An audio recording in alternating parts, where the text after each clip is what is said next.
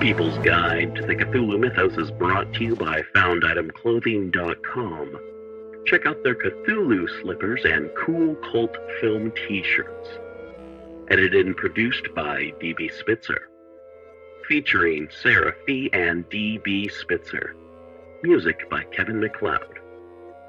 PGTTCM is part of the Dark Myths Network. Check out all the cool podcasts that we like at darkmyths.org. Subscribe where you subscribe, like where you like, rate where you rate. We recommend podbean.com and Apple Podcasts as well. Find PGTTCM on social media at PGTTCM and on YouTube at People's Guide to the Cthulhu Mythos. If you want to donate, go to the Patreon button on pgttcm.podbean.com or paypal.me/pgttcm. All donations receive an on-air congratulations. Shop at pgttcm.threadless.com or pgttcm.com at the shop. PGTTCM is an exploration of the Cthulhu mythos, weird fiction, the Gothic literary tradition, classic sci-fi, fantasy, and horror. Thank you. On with the show. Section 11 of Tales of the Uneasy by Violet Hunt. Read by Lisa Reichert. The Barometer.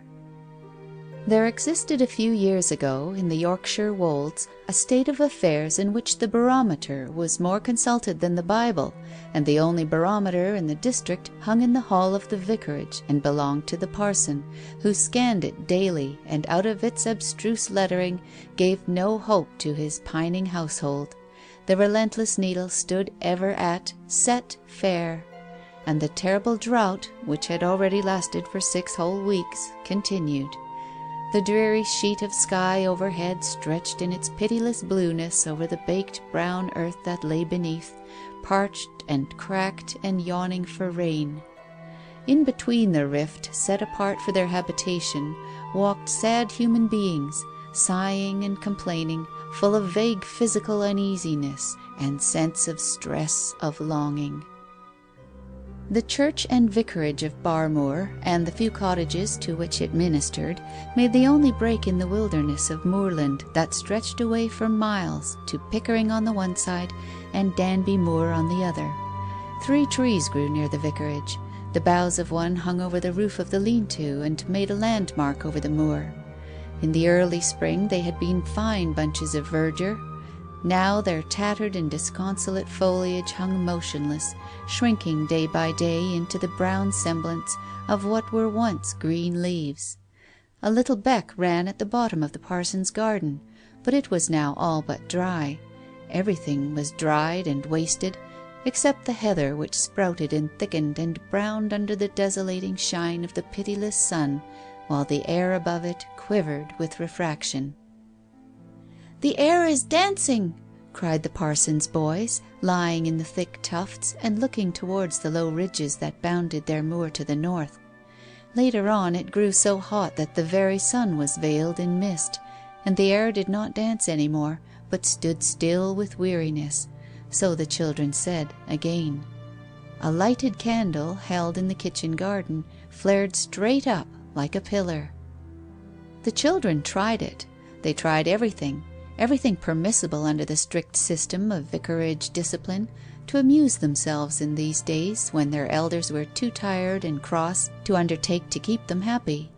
They wandered about together, their arms heavily linked round each other's shoulders, dragging their feet along the cinder paths in an irritating unison. They stood now, in their baggy little homemade clothes, on the path that led down the kitchen garden, bordered with feeble flowers. It was only bordered. The middle patch of ground was, perforce, devoted to useful vegetable cultivation. The living of Barmoor was not a rich living, and the Reverend Matthew Cooper, its incumbent, stood very low in position, birth, and education. His gardener, who was also the sexton, was digging the potatoes for early dinner.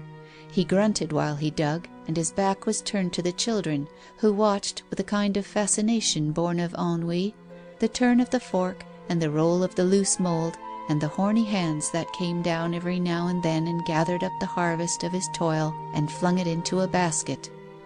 Saunders was careless and let several potatoes roll back into the furrow, out of the 8 or so that each turn of the fork should yield. "Oh, Saunders, look, you've missed one," piped the youngest child. "Happen I have, Master John," replied the old man. "It's over hot to be fashed." The child sighed. "Won't it really rain soon, Saunders dear?" he asked wearily.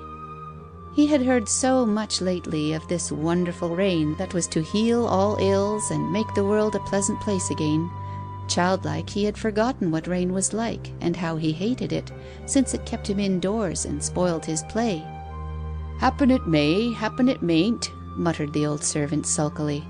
With a sudden access of spite, he added, "Didn't the master pray for her to church last Sunday?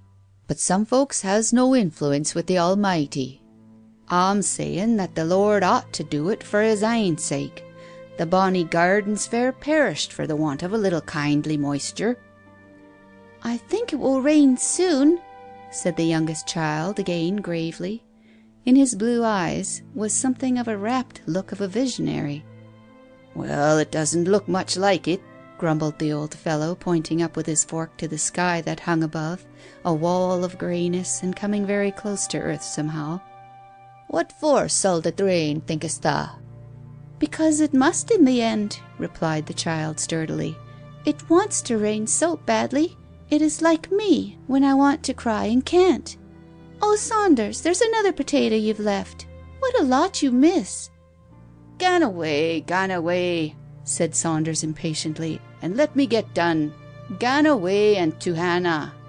He shook his pitchfork at them with playful savagery, and they turned away. "Listen, Willie," said the child called John, confidentially taking his brother's arm and leading him towards the kitchen, a low one-storied outhouse attached to the house, overshadowed by the biggest of the elm trees. "Listen, Willie, I think the sky is like a great wall, very thick and yet very brittle. There's all sorts of queer things going on the other side of it that we can't see." "Tell us," said the elder boy, dimly interested. "There's great bulls roaring and sparks flying, like in Hobby Noble's forge, and a noise, such a noise. If there comes a hole in the wall, we shall see it." His eyes dilated. He squeezed his less poetical-minded brother's hand. "Hout," said the listener, "I don't care for that story much. Let us go in and bide with Hannah a bit." The vicarage rooms were damp and insufficiently lighted, but the vicarage kitchen was bright and pleasant. Hannah's lime and marl floor was freshly washed, her copper vessels as bright as the mirror in Mrs. Cooper's best bedroom. But in spite of all these signs of previous activity, the girl herself was sitting in a limp and weary attitude, her knees apart and a great bowl of peas between them, which she was podding for dinner. Her eyes were heavy, her big lump of flaxen hair hung on one side of her head, her clumsy red hands moving among the pods lazily and inattentively.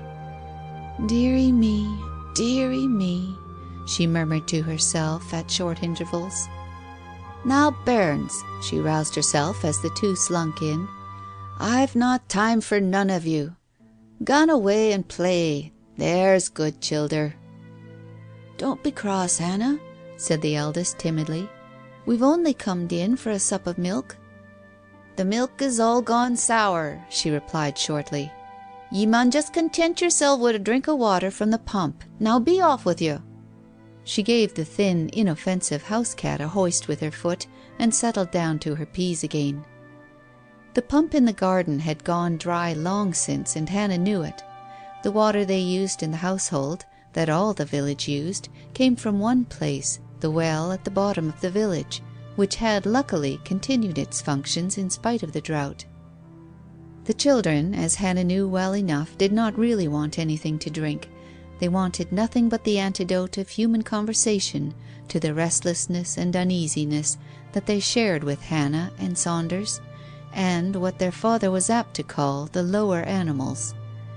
The house dog was as restless as they, and would neither play with them nor stay quiet in his kennel. The hens fluttered brusquely in the hen house, and the feverish rushing of wings that went on there made it an unpleasant abiding place for the children. They sometimes amused themselves by going in to hunt for eggs, but they left them alone to-day, and wandered on to the open study window, where the Reverend Matthew Cooper, in hot black clothes, was working at his sermon for next Sunday, putting his hand up to his head every now and again. The two little boys were always somewhat in awe of their stern father, and all they dared do now was to stand and watch him, until the intermittent scraping of their feet on the walk in front of the window roused him from his meditations. He looked up, his brow was pained. "Well, my laddies, what do you want?" He spoke kindly enough, but his voice dragged with fatigue and oppression. "Father," asked the eldest child, "Father, tell us, why don't they send rain when you pray for it?" "You had better go and ask your mother," said the vicar, with the sort of grim humour in which he usually dealt.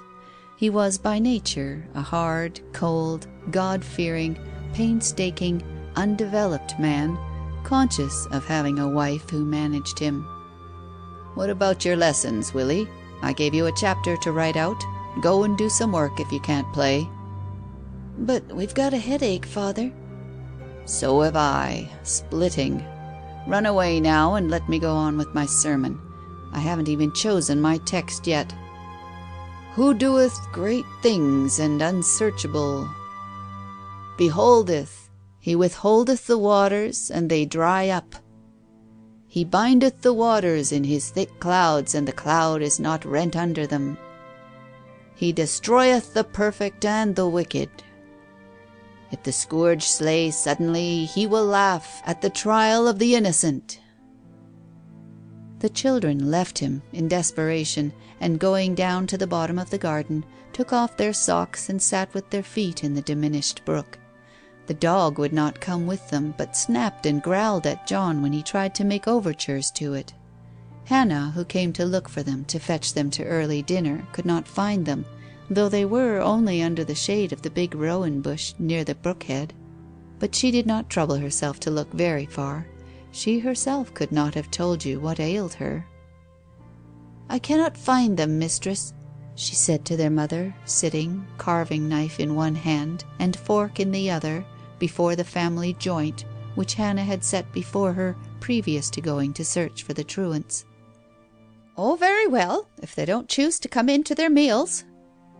Mrs. Cooper helped her husband to a plateful and sent it in to him to his study, which he had intimated he was too busy to leave. She ate a small portion herself, not much. It was too hot to be hungry. She was a hard woman, and the absence of her two little sons did not affect her appetite in the least. The kind-hearted maid gave them what she called a bite and a sup later on, when they came and put their apprehensive heads round the door-cheek. She did not scold them. The youngest boy looked very pale and white, and avoided her eyes. "Poor bairn," she said, "he wants setting up with the sea air." The two children lay down after they had eaten, and slept on a heap of sacking, very clean and dry, near the woodstack. Their little bedroom was over the kitchen, and easy of access, but very dreary in the daytime because of the huge tree that overshadowed it. Hannah did not think of sending them up there, but flung a sack over their bare legs as they lay, and did not disturb them. As the afternoon wore on to evening, the hush became oppressive. Not a breath, not a sound of birds twittering, of fowls fluttering. Only the far-away moo of a discontented cow in an outhouse somewhere in the hills sounded like a faint trumpet call, and emphasized the stillness.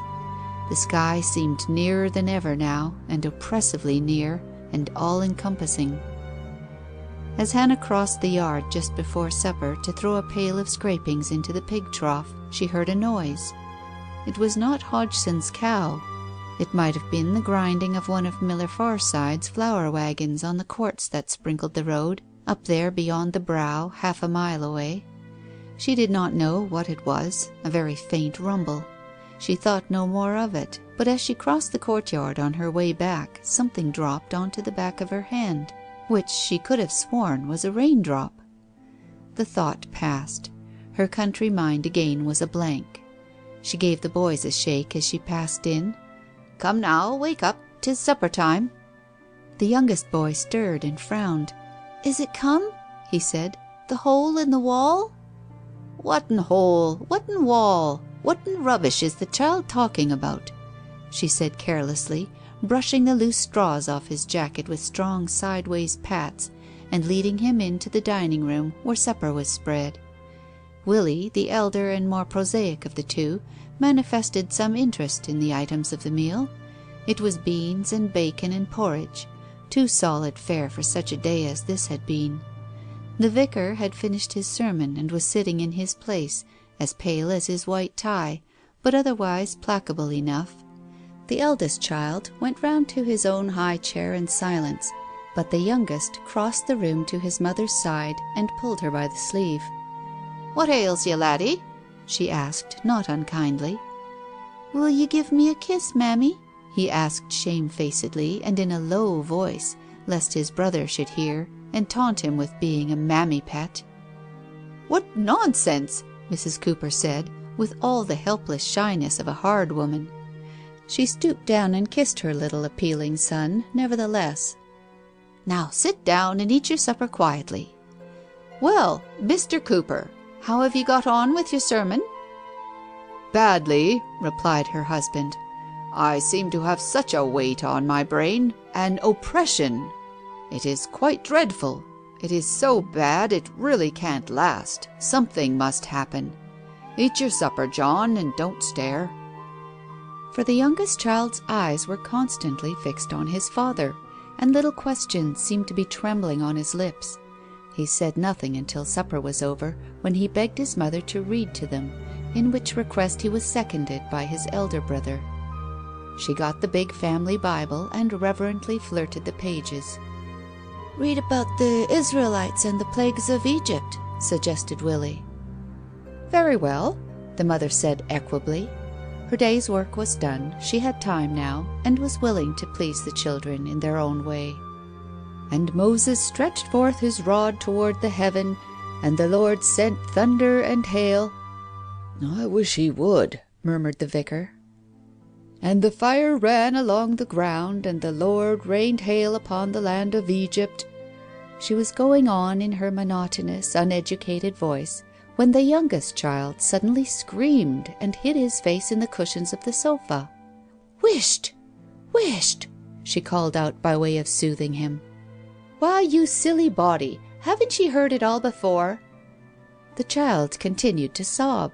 His face remained hidden. Sternly his parent ignored his hysterical outburst. "How old were the children of Israel?"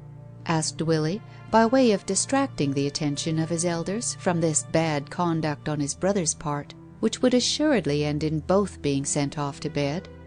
Crying was never allowed. "Were they as old as me, or only as old as John?" Mrs. Cooper now gave her mind to the destruction of this erroneous impression under which her children had been labouring, and when it was done she raised her voice and called "Hannah!" to the maid, who was to be heard moving heavily about in the passage. John raised his tear-stained face from the sofa, a wild terror in his eyes. Willie clasped his hands together, and together they pleaded with an unaccountable vehemence. "Oh, no, no, mother, please, mother. We don't want to go to bed. We can't," both wailed. "And what for no?" asked the mother, raising her strongly marked black eyebrows. "Why not to bed to-night, same as other nights?" Because, oh, mother, because we want another story. We want Abraham and Isaac," pleaded William. It was only an excuse, and the mother knew it. "One story is quite enough for one evening," she answered severely, "and John did not behave particularly well over that. I won't hear any fond nonsense. Now you just trot along, both of you. You are both as cross and sleepy as you can be. Bed's the safest place for you." Her rough soothing was of no value. The children's faces, as Hannah came in, were blanched with terror. John ran up to the kindly servant maid and hid his face in the folds of her linsey gown. "I want to speak to you," he sobbed. "No, what then, my honey?" said Hannah good-humouredly, stooping till her smooth head touched his tousled one. "Well," as she raised her head, "did ye ever hear the like? What sets ye asking that? Mistress, he wants to know if they mayn't creep in aside of father and mother to-night." "Please let us, mother," they murmured, almost inaudibly. "I never heard anything so fond!" exclaimed Mrs. Cooper, laughing grimly. "Be off with you both quickly now, and let me hear no more nonsense." "We did once, mother." "Once? Yes, when they were mending the roof of your bedroom, but the roof's safe and sound over your heads now, at any rate. Why," she laughed, "why, when I give ye a nice big bed to yourselves, should I go and cram my own and the master's with two tiresome children, to kick me black and blue before morning? What are ye afeared of, I say?" But they would own to nothing, and averted their eyes. A little underswell of sobbing, whimpering breaths testified to their distress. "What's come to the bairns, I wonder?" She was puzzled through her thick mental hide of unsympathy. "They're as fractious. It's this unked weather sets us all out of our wits." "It must break," said her husband. "There's no sense in it. We may have rain to-morrow. I forgot to look at the glass as I passed it to-night. There may be a change soon, nay, there must be. Come here, children, and say your prayers, and let's have no more crying." They all at once realized the hopelessness of it all, and came meekly to his knee. Hannah folded her hands and looked on approvingly at the two flaxen heads, as in their innocent, pretty, piping voices they begged blessings on their hardened elders, and murmured deep contrition for the sins they had not yet committed. They wound up as usual with the prayer, "Lighten our darkness, we beseech thee, O Lord, and by thy great mercy defend us from all perils and dangers of this night, for the love of thine only Son, our Saviour, Jesus Christ. Amen." Sadly they rose and kissed their parents, who had so carelessly crossed them in their strong instinctive desire, and murmured inaudible good nights. Then Hannah, taking a little submissive hand of each, led them out of the room. They went past the weather glass in the hall, whose strongly marked signs and signals of change they were too young and Hannah too ignorant to understand, and walked round by half-roofless passages to the kitchen. Then Hannah, laughingly propelling mischief in front of her, inducted them up the shaky wooden staircase that led into the large room where they always slept, brooded over by the enormous overarching elm tree, its branches tapping the little skylight pane when it was windy, but now they hung still like a drooping banner in a calm. "I do believe it's that ugly girt tree they're feared of," Hannah thought to herself. During the passage towards their sleeping place they said nothing, but the fingers of the younger child closed and unclosed round the maid's stout thumb, and the touch struck her as very cold. "I'd let you both creep in aside o' me," she said, "only I'm that flayed o' the mistress. She'd find us out as soon as my name is Hannah Cawthorne." She set down the candle on the chest in the long, low, empty loft room. The chest and the bed were almost the only articles of furniture in it. The wooden rafters that supported the roof made fanciful bars and arches over the white dimity quilt. The bed was large, clean, and comfortless. When the two children had undressed and lain down, Hannah Cawthorne, of a gloomy north country turn of mind that ran continually on omens and predestinations, could not help thinking how like two corpses laid out they looked, lying so straight, their little bodies outlined under the quilt, their eyes wide open and staring at the roof. It made her uncomfortable. "There's naught to be afeared on," she thought, trying to bring comfort to herself merely, for the children were still submissive and past all repining now. "It's as safe as a church, but all the same. Now shut your eyes," she said aloud. "There's good lads, and say, 'Gentle Jesus,' till you feel the sleep coming on ye. Oh, you'll sleep fine, trust me. Shall I leave you the light?" This was a wild stretch of authority. She might have lost her place over it. She was relieved when they shook their heads and declined it. "See here," she went on, producing an apple from her pocket. "See here, ye can munch this atween ye." She laid it down on the coverlet, but no little hand came forth to take it. "Poor bairns, they're sad like. Eh, she's a hard woman, is the mistress. If they were mine, shouldn't I like them to nestle in aside o' me? This room is fair lonesome. Naebody could hear them if they were to strike out." "What are you looking at, my honey?" she asked John curiously, for the child's eyes remained obstinately fixed on the roof, as if he saw something there. "He's looking at the hole in the wall," volunteered the eldest boy at last. "He's shivering." "Hap him up in your arms, my bonny bairn. That'll soon warm him. Now I must be going, lads.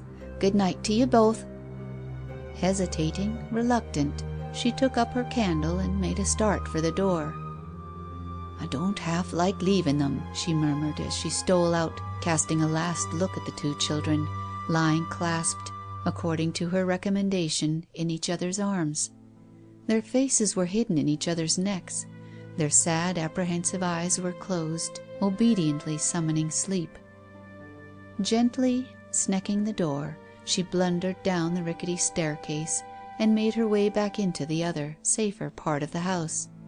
Ignorant, she passed by the mysterious oracle hanging in the hall, unable to read or understand the plain meaning which its hands now bore. "Eh, but she's a right hard woman, is the mistress, and master follows her in all things. He'd 'a let the poor childer come in aside him when they begged and prayed fit to turn a heart of stone." She did not toss on her hard pallet, but lay stupefied in the heavy slumber that was the meed of her arduous existence. Upstairs, in the best bedroom, the Reverend Matthew Cooper slept off his headache.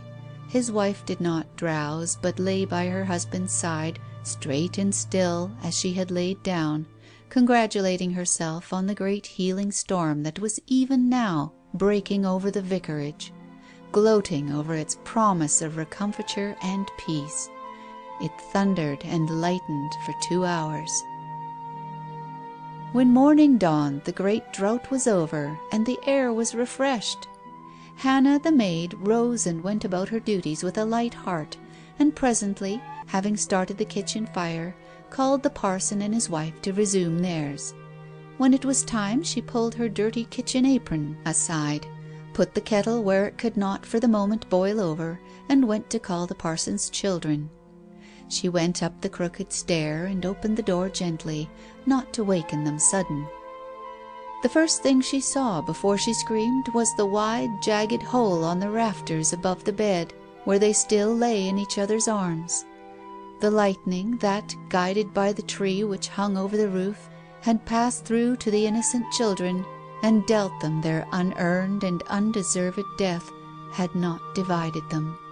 They were quiet and unchanged in appearance, except for some little blue marks that shot in the forehead of the one and the breast of the other.